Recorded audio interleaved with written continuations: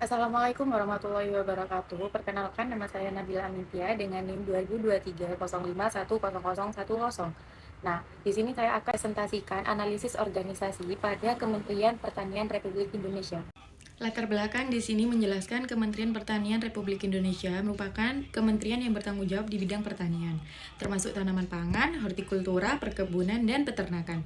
Kementerian berperan penting dalam mendukung ketahanan pangan nasional, peningkatan kesejahteraan petani, dan penguatan ekonomi berbasis agro. Karakteristik keanggotaan yang pertama, aparatur sipil negara atau ASN, PNS yang tersebar di pusat dan daerah. Yang kedua, tenaga teknis dan penyuluh, terlibat dalam pelaksanaan program lapangan. Yang ketiga, jabatan fungsional dan struktural, berjenjang dari staf pelaksana hingga pejabat.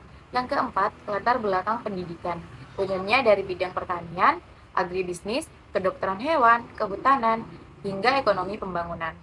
Motivasi ekstrinsik dan intrinsik. Nah, apa saja sih intrinsik itu? Yang pertama, ada dedikasi untuk mendukung ketahanan pangan nasional. Yang kedua, rasa tanggung jawab terhadap masyarakat tani. Yang ketiga, kepuasan kerja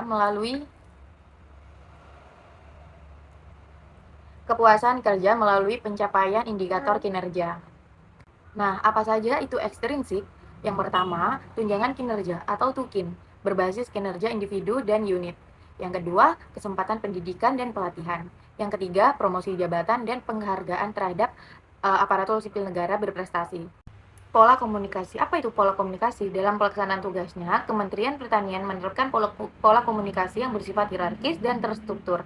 Komunikasi formal dilakukan secara vertikal dari menteri hingga ke unit teknis dan pelaksanaan di lapangan melalui instruksi tertulis, surat edaran maupun rapat kerja. Komunikasi horizontal juga berlangsung antar unit kerja lintas direktorat maupun badan, terutama dalam perencanaan program bersama dan sinergi pelaksanaan kebijakan. Selain itu, komunikasi non-formal seperti melalui grup pesan instan dan pertemuan informal juga banyak digunakan untuk mempercepat koordinasi. Dukungan teknologi digital melalui sistem informasi manajemen pertanian dan e-office telah memperkuat efektivitas komunikasi internal organisasi.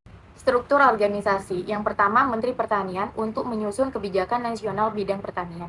Yang kedua, Sekretariat Jenderal untuk koordinasi administratif, keuangan, dan kepegawaian. Yang ketiga, Inspektorat Jenderal, pengawasan internal dan audit kinerja. Yang ketiga, Dirjen Tanaman Pangan untuk kebijakan teknis produksi dan distribusi pangan. Yang kelima, Dirjen Hortikultura, pengembangan komoditas buah, sayur, dan tanaman hias. Nah, selanjutnya Dirjen Peternakan, produksi ternak, kesehatan hewan, dan produksi hewani. Nah, ada Dirjen Perkebunan untuk komoditas kelapa sawit, kopi, kakao, dan lainnya.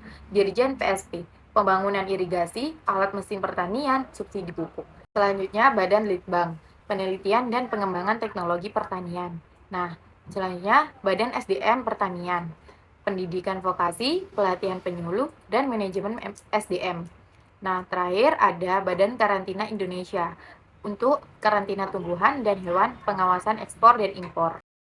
Pemimpinan organisasi pada Kementerian Pertanian Republik Indonesia. Gaya kepemimpinan umumnya birokratis dan struktural, tetapi mulai mengarah transformasional.